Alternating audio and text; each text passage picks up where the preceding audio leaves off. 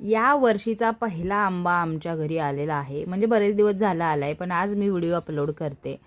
तर झालं काय, ऑर्डर आली होती पुरणपोळ्या आणि आमरसची. त्याच्यामुळे मग आंबे आणले होते. मस्त चिरून घेतले पहिल्यांदा आंबे आणि हे कोईचा जो देठाकडचा भाग असतो तो काढून पाण्यामध्ये असं छान कोई चुरून घेतली. म्हणजे कोईला काय गर असेल तो सुद्धा निघतो. तुम्हाला खायचे असेल तर खाऊन घेतल्या तरी चालतं. नंतर ह्या चिरून घेतलेल्या फोडी आहेत त्याचा असं चमच्याच्या मदतीनं सगळा गर मिक्सरच्या भांड्यामध्ये काढून घेतला. हे बघा या पद्धतीनं. नंतर चुरलेली कोईचं जे पाणी होतं ते याच्यामध्ये घातलं. साखर घातली आवडीनुसार, तुम्ही कमी जास्त करू शकता, नाही घातली तरीसुद्धा चालतंय. दूध घातलं.